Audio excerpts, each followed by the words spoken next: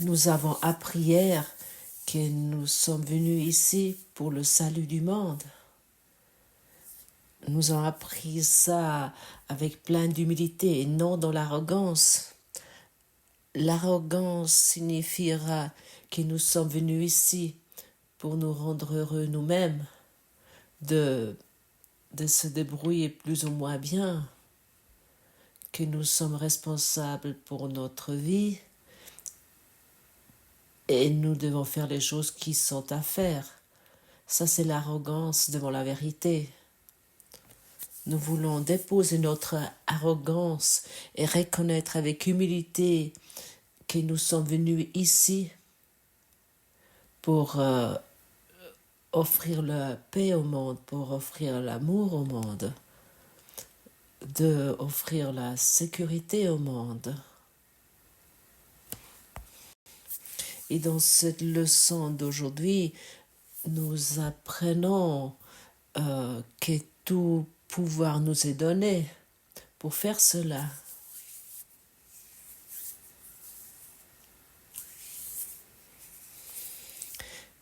Quel sentiment cela pour toi? Mon Père me donnait tout pouvoir. Le pouvoir de Dieu m'est donné. Le pouvoir de Dieu m'est donné.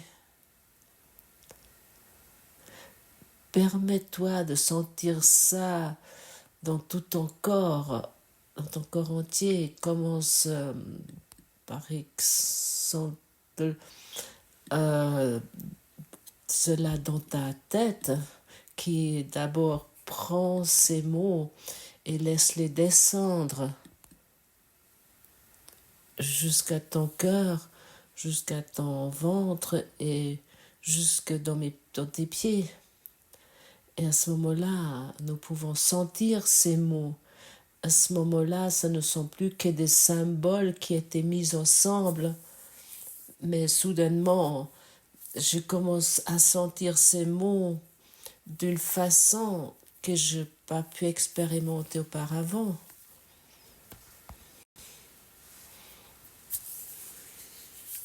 Et comment c'est si tu lis par exemple cette leçon? Mon Père me donne tout pouvoir. Et tu dis oui, et puis tu continues à lire. Mais comment serait-il si tu lis cela d'une façon, d'une attitude affirmative? Oui, mon Père me donne tout pouvoir, oui. Oui, la création m'a donné tout pouvoir. La création me donne tout pouvoir. Si tu lis ça avec une attitude affirmative, à ce moment-là, tu es capable vraiment de prendre ces mots, de les accepter. Et à ce moment-là, ce ne sont plus que des mots que peut-être Bouddha et Jésus, eux, ils ont réalisé pour eux. Mais soudainement, tu commences à constater que c'est toi, tu es invité de faire cela en toi et pas d'autres personnes, de mettre d'autres dieux devant toi. Oui, eux, ils ont réussi à faire cela, mais moi, je n'arrive pas, ou des choses similaires. Toi, tu es appelé, toi, tu es invité de réaliser cette vérité en toi. Peut-être tu te trouves actuellement dans une situation où tu te dis, mais qu'est-ce qu'il raconte ici? De quoi parle-t-il? C'est impossible. Ou peut-être c'est quand même possible, mais pas pour moi, parce que j'ai tout gâché. Tout est allé dans le mur chez moi. Chez moi, tout s'est passé d'une façon qu'on pourrait dire je fais juste des conneries. Et peu importe ce que tu penses concernant cela, D'un côté, ce n'est pas vrai, et de l'autre côté, ce pouvoir de Dieu, ce pouvoir aimant de Dieu, tu ne pouvais pas le perdre.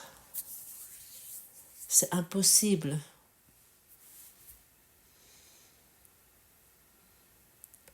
Pas plus que le rayon de soleil peut être sans soleil. Pas plus que toi tu peux être sans Dieu. Tu ne peux pas être sans la force de Dieu.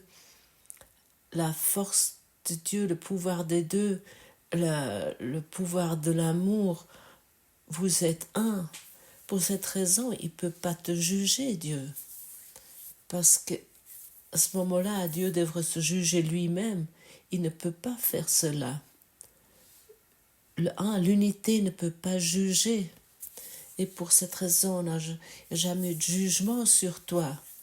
C'est uniquement toi qui fais des jugements sur toi. C'est toi qui te préoccupes avec cela. Chaque jour, encore et encore. Et lorsque tu as accepté le pouvoir et l'amour de Dieu, tes jugements vont disparaître, ils n'ont plus de pouvoir sur toi. Et pour cette raison, laisse descendre ces mots en toi, depuis ta tête, dans ton cou, dans ton cœur, dans ton ventre, jusqu'à tes pieds. Commence à sentir cela, commence à respirer ces mots. Inspire ces mots et expire ces mots. Pour que cela n'est plus uniquement un panneau de signalisation où c'est écrit ici, ça va direction Munich ou Toulouse, ou peu importe.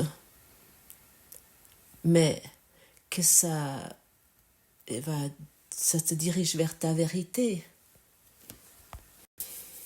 Et lorsque Jésus dit, comme il l'a également dit dans la Bible, tout pouvoir t'est donné, nous sommes invités maintenant de dire ces mots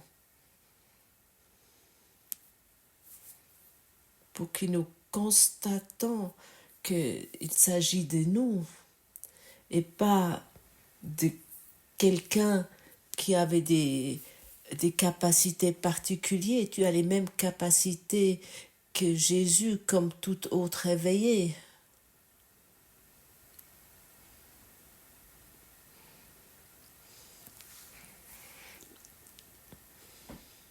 Et lorsque tu restes dans cette invitation, dans ces mots, tu vas constater que cela est vrai. Et encore une fois, il soit dit, si tu prêtes attention à ces mots, c'est-à-dire à cette leçon, si tu donnes ton attention, cela va s'élever dans ton esprit. Et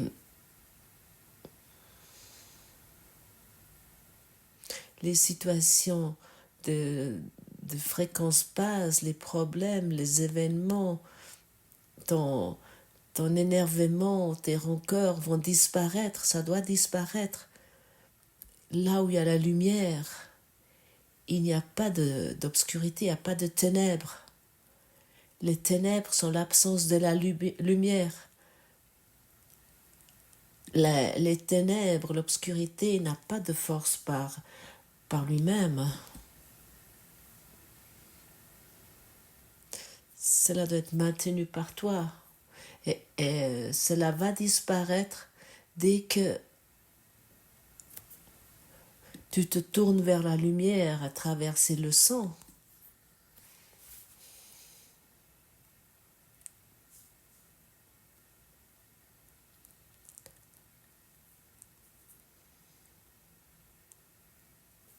Et nous sommes un. Et pour cette raison, il n'y a pas de séparation entre toi et ton grand frère Jésus. Ça n'existe pas. Il a pris ce chemin que nous empruntons. Il a emprunté tout le chemin jusqu'à la maison, jusqu'à sa demeure. Il ne s'est pas arrêté à un moment donné. Il s'est dit, bon, maintenant je vais bien, là je reste. Il savait que ça continuait et encore plus loin, une voix intérieure, son enseignant intérieur, le Saint-Esprit, lui a enseigné et il s'est tourné vers lui. Et notre devoir est d'ignorer la voix de l'ego pour que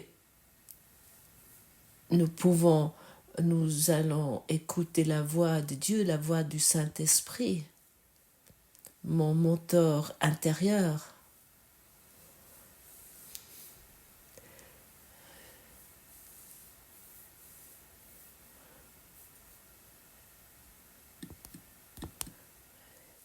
Et c'est la réalisation de notre esprit.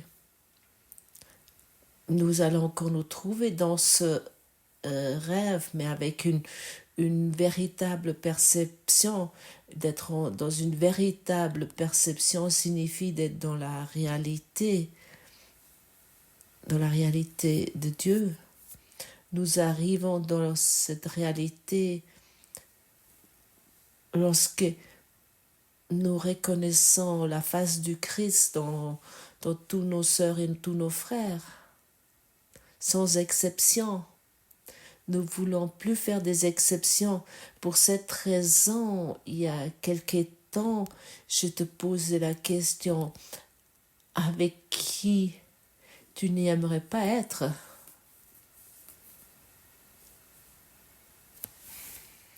Et ici encore une invitation, ou plutôt un conseil ou une aide. Tu dois... il y a des personnes où on se dit, oui, avec cette personne, j'aimerais pas être. Tu n'as pas besoin d'avoir une affection particulière vers cette personne, mais tu peux la aimer, tu peux aimer cette personne. Et ça, c'est ce bond de conscience. Je peux malgré cela être en amour.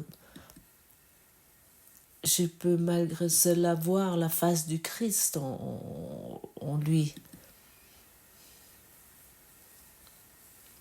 Je peux voir cette sœur ou ce frère dans l'amour.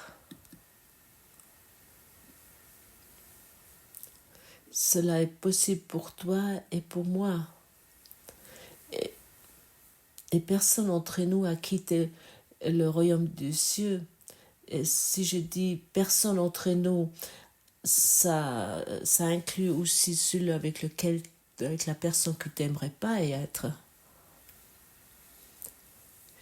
Cette personne n'a pas non plus quitté le ciel. Et pour cette raison, vois-lui depuis la perspective de la pureté, de la clarté, de l'amour.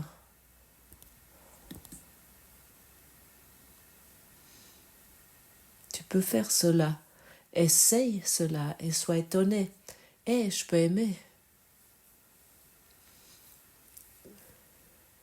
Au début, peut-être dans le passé, nous avons peut-être pensé que nous devons d'abord avoir une affection particulière pour telle ou telle personne.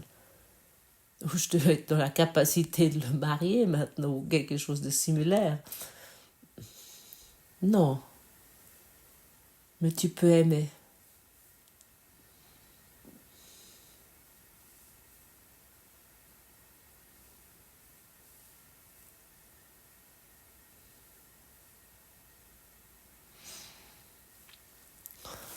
La véritable perception signifie de regarder à travers l'esprit juste. On pourrait le dire ainsi, ce que nous croyons voir, nous l'expérimentons. Et ce que nous expérimentons, nous le pensons. Pour cette raison, nous sommes invités de prêter attention, d'être vigilants avec nos pensées. Comment je pense sur telle ou telle personne? Comment je pense sur telle situation? Notre vérité illimitée, éternelle, infinie. Chacun d'entre nous a toutes les capacités, toutes les caractéristiques de Dieu. Il a tout le pouvoir.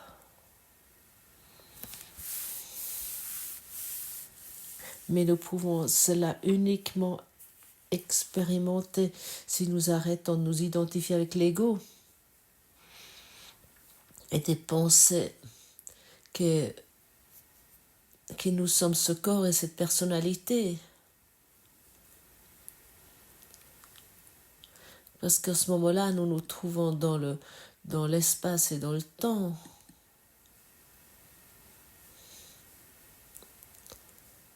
L'espace et le temps, ce que nous avons fait, c'est ce rêve.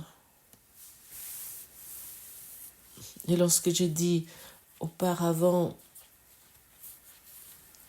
que Jésus a surmonté le monde, qu'il est allé jusqu'au bout de ce chemin, cela signifie que tous les enseignants, tous les dogmes, tous les idées de morale, toutes les lois que l'être humain a fait, il a laissé tout cela derrière lui.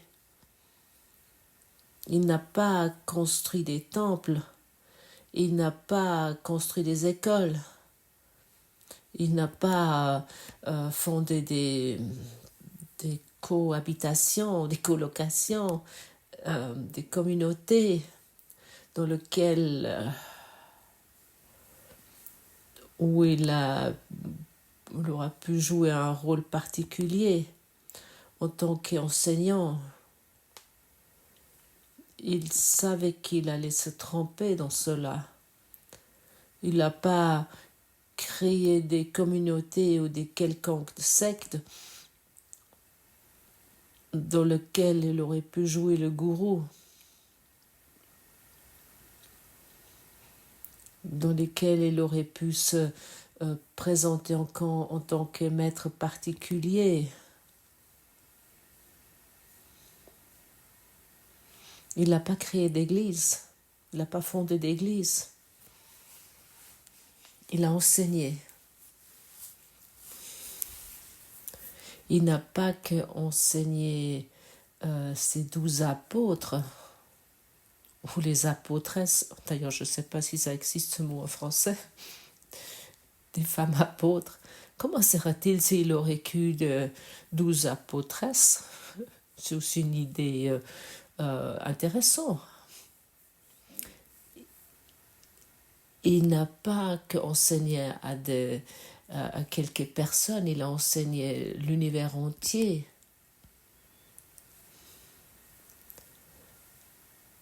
Parce que son esprit était totalement ouvert. Et il savait qu'avec chaque mot, avec chaque pensée, avec tout ce qu'il faisait ou qu'il ne faisait pas, il enseignait l'univers entier. Et ça, c'est l'appel, l'invitation à tous les étudiants du cours en miracle, depuis ma perspective, comme je le vois actuellement, ne font pas d'église, font pas de communauté, ne construisent pas des temples, laisse, lâche tous ces idées intéressantes. Et je sais qu'il y a des gens qui se rencontrent pour une fois ou deux fois par semaine, tous les 2 semaines, 2 semaines pour s'échanger, pour se rencontrer. Continue cela, c'est merveilleux. Mais, mais j'ai le sentiment qu'il ne s'agit pas, par exemple, de construire une maison et qu'on devrait vivre là-dedans ensemble pour mieux pratiquer ce cours. Lorsque je regarde sur cela, parce qu'il y a quelques projets concernant cela, euh, tout cela échoue parce que à ce moment-là, il y a toujours quelqu'un qui domine et qui prend ce rôle particulier, qu'il croit de lui-même qu'il a avalé le savoir avec la cuillère ou quelque chose de similaire. Peu importe. Euh, trouve la communauté avec le monde entier. Trouve la communauté avec l'univers entier. Sois en communion avec l'univers entier. À ce moment-là, tu es un avec le pouvoir de Dieu.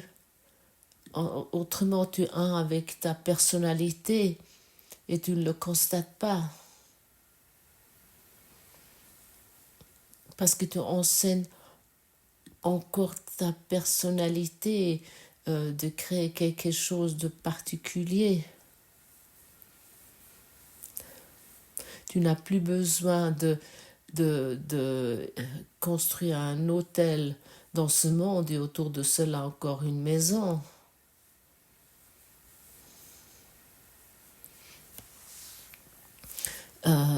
Débarrasse l'hôtel dans ton cœur que toi tu as rempli, que tu as occupé avec les pensées, avec tes pensées étant passées. Ça signifie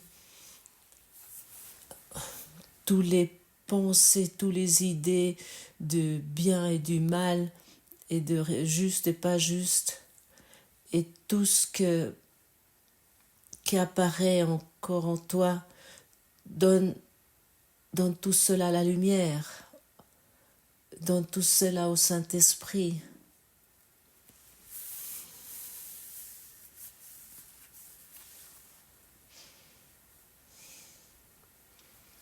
Et à un moment donné, tu vas faire cette expérience dans ce monde, mais pas de ce monde. Et dans ce moment-là, dans chaque rencontre, tu vas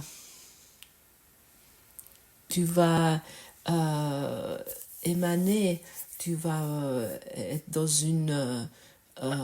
un amour et dans une capacité d'aimer qui te surprend toi-même. Soudainement, tu es un serviteur.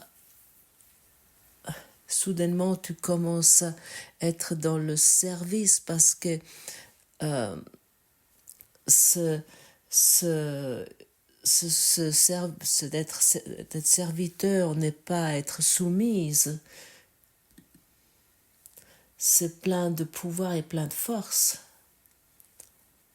Et cela, tu ne peux pas forcer. Et cela va arriver lorsque l'autel intérieur est débarrassé, il est libre. Et pour cette raison, n'efforce rien concernant cela. Ne pratique pas une aimabilité artificielle, par exemple. Ça va se démontrer tout seul. Et lorsque ça se démontre, tu ne peux pas être autrement, tu ne peux pas faire autrement que d'offrir cela au monde. Tu es dans chaque situation soutenu et tu soutiens par exemple, une brève conversation avec ton voisin va rendre heureux ton voisin parce que tu trouves tes mots et tu dégages quelque chose qui, qui inclut uniquement encore la force et plus la faiblesse. La pleurnicherie a pris fin.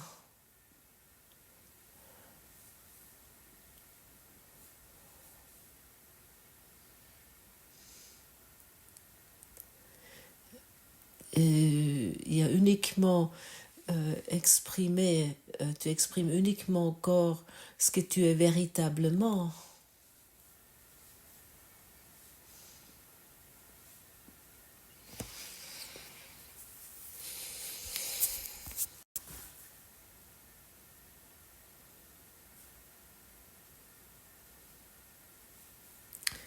Tu es venu ici pour offrir la paix au monde. Tu n'es pas venu ici pour accomplir encore quelque chose de particulier. Tu n'es pas non plus ici pour rendre réels des problèmes des autres en commentant, en parlant de ces problèmes. Et tu répètes ces problèmes. Tu n'es pas venu ici non plus pour terminer tes problèmes. Tu n'es pas venu ici pour devenir en bonne santé. Ça semble peut-être être bouleversant maintenant. Parce que si tu désires de terminer des problèmes, à ce moment-là, ils sont encore réels. Et à ce moment-là, tu cherches des solutions sur un niveau où tu peux jamais trouver une solution. Si ton souhait est de devenir en bonne santé, à ce moment-là, tu rends la maladie réelle. N'est-ce pas? Et à ce moment-là, tu essaies de trouver sur le niveau de la maladie une solution. Est-ce que cela peut fonctionner? Non. Et pour cette raison, on met la vérité à la première place. Pour que le pouvoir et la force de Dieu peut te transcender. Elle peut te traverser. Pour que tout peut être amené dans la guérison, tout ce qui te pèse en ce moment. Tout ce qui te préoccupe.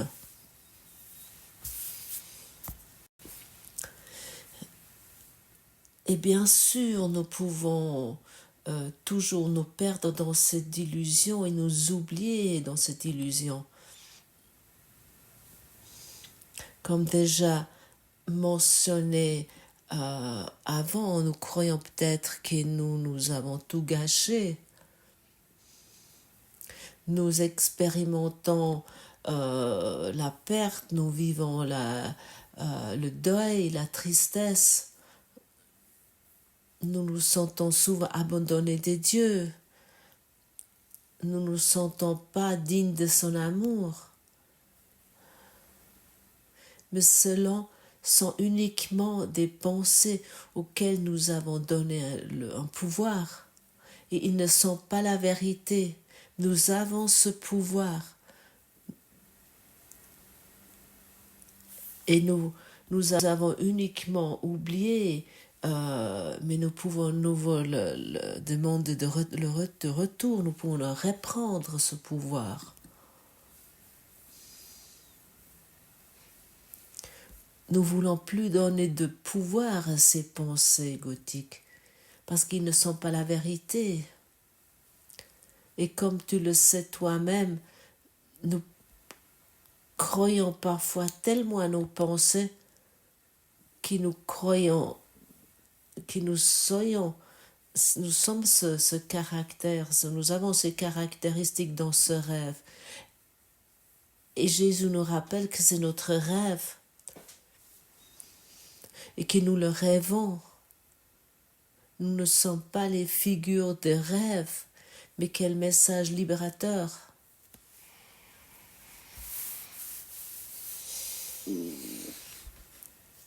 Mon Père me donne tout pouvoir. Le Fils de Dieu illimité. Il n'y a pas de limite à sa force, à sa paix, à sa joie, ni à aucun des attributs que son Père lui a donnés en sa création. Ce qu'il veut avec son Créateur et Rédempteur doit être fait.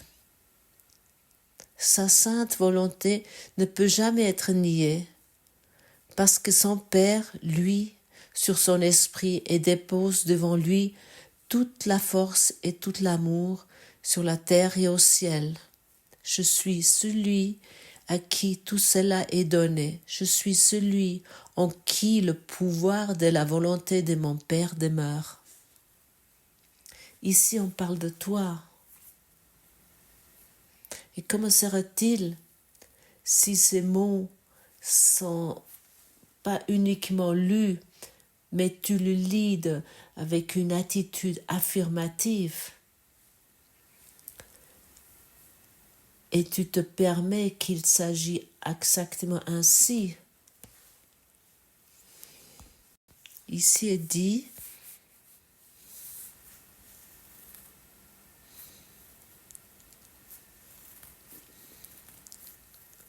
que la lumière de Dieu, lui, sur ton esprit. Saint-Esprit, ici, je ne sais pas que cela signifie, mais malgré ça, j'aimerais aller dans cette expérience. Et ensuite, imagine-toi